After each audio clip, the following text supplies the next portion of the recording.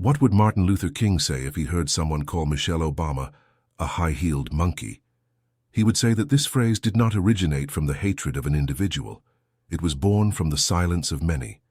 And silence, my brother, my sister, is what kills the most. Have you noticed that every time a black woman reaches the top, it seems like the world urgently needs to remember who she is? It doesn't matter her resume.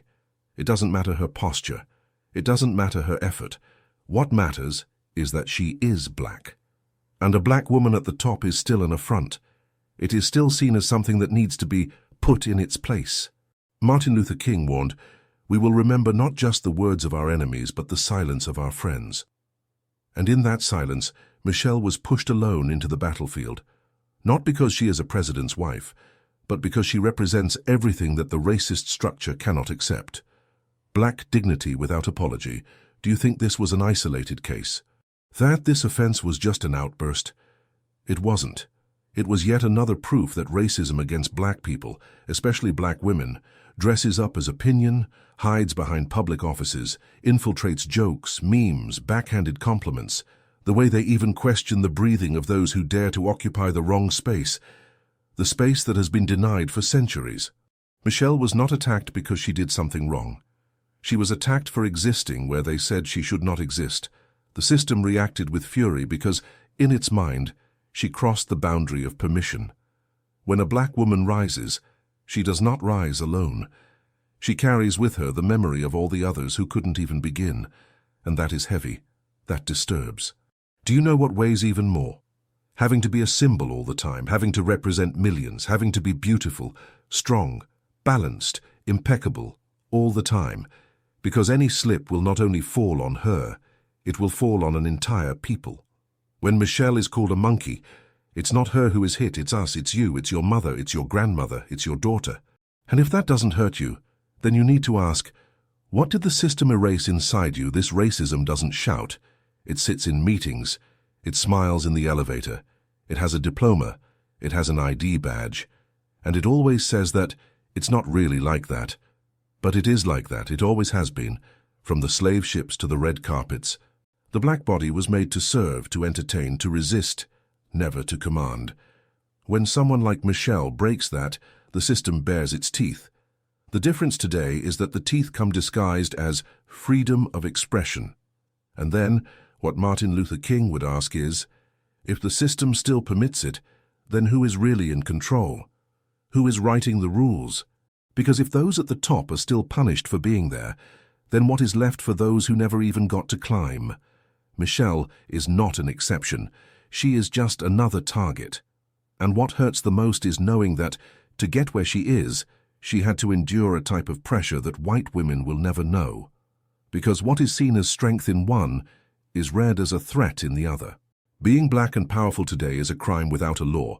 It is a struggle without a truce. It is a watched victory.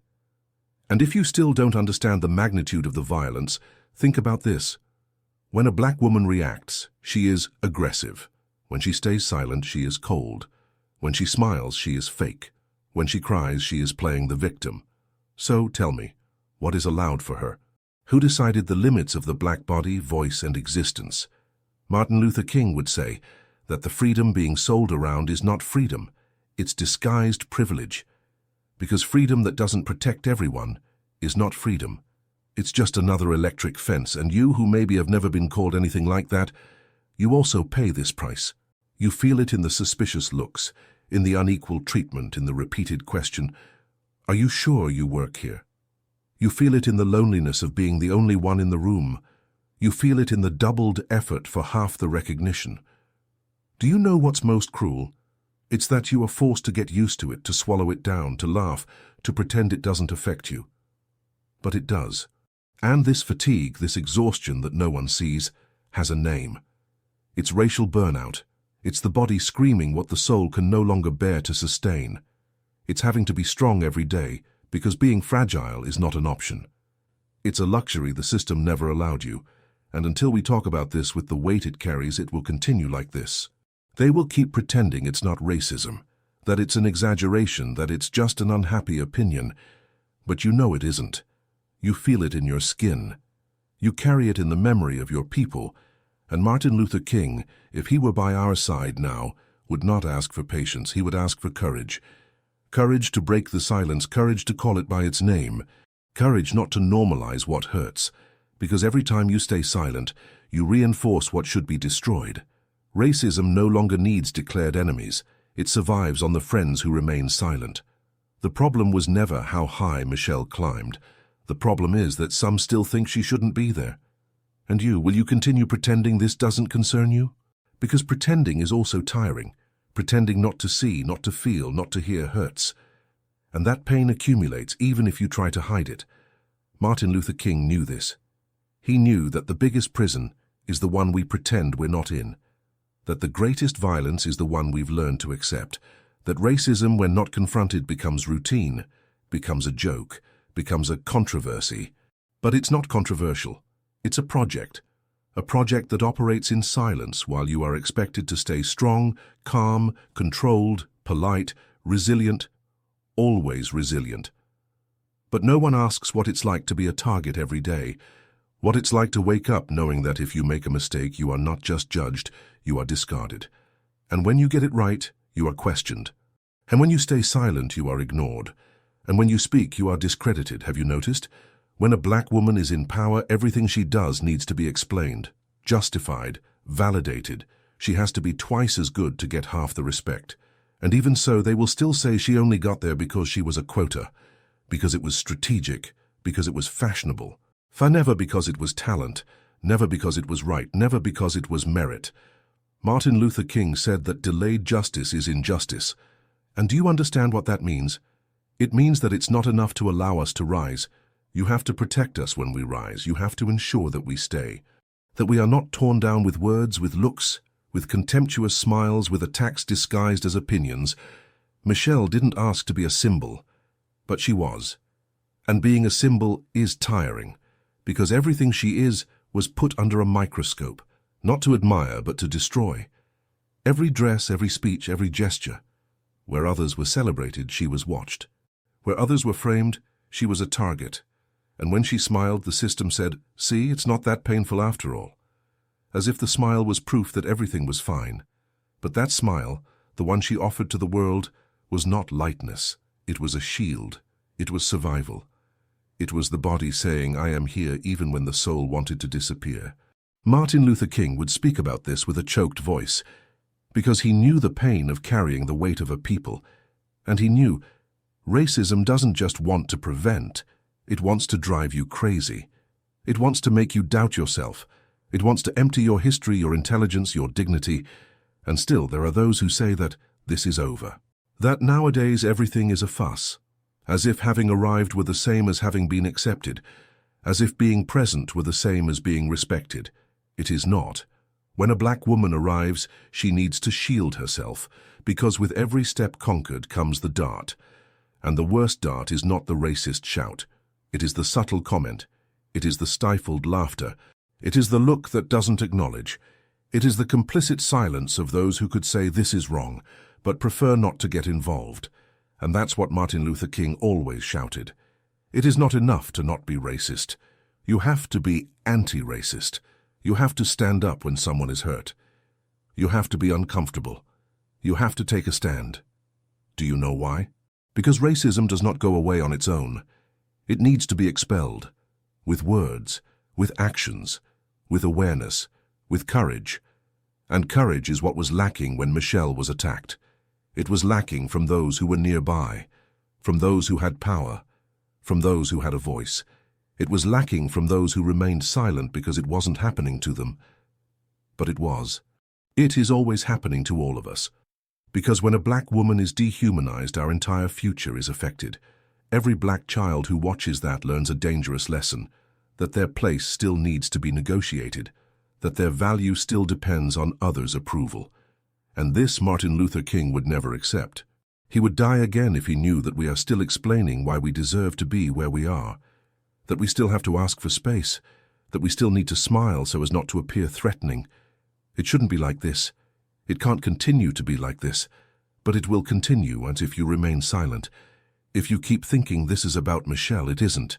This is about you, about your place, about what you are allowing to become normalized, about the anger you were taught to hide, about the pride they tried to erase, about the freedom that is still not yours.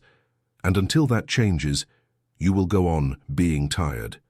But make no mistake, that exhaustion is not yours. It was placed there, and it's time to give it back. Have you ever stopped to think how many times you've seen a black person being silenced? I'm not talking about the silencing that comes with shouts. I'm talking about that silence that dresses itself as normal, that goes unnoticed, that no one comments on, that no one raises their voice about.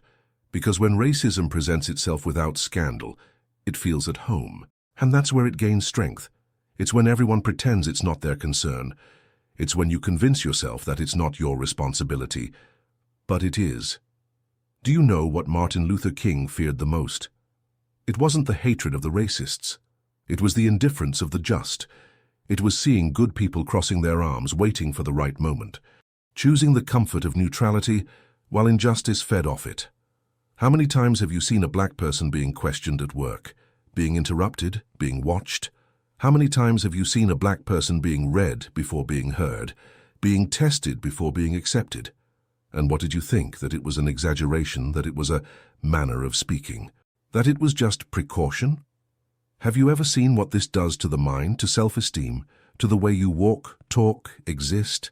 Having to constantly prove that you're not a threat, having to calculate every word to avoid being misunderstood, having to measure the tone of your voice, your look, your clothing, your expression. This is not freedom, this is a prison with a smile. And what would Martin Luther King do in the face of this? He wouldn't lower his eyes, he would face it. He would speak up, because he knew that as long as there is silence, there will be permission. And if there's permission, there is continuity. No matter how much we rise, if the system keeps pushing down. Have you ever felt that you need to do more than everyone else just to be treated like anyone else? Have you ever had to swallow an offense calmly to avoid losing everything you've built? Have you ever heard someone say, "Don't take it personally," while you feel the wound opening inside? Isn't it personal? How is it not personal if it's your body, your color, your presence? You know it's not about the lack of opportunity. It's about the lack of willingness to see you there. Because your presence bothers, your assent disturbs, your voice shakes things up, and because of that, they try to silence you. But Martin Luther King said that when we remain silent, the soul becomes ill. So why are you still remaining silent?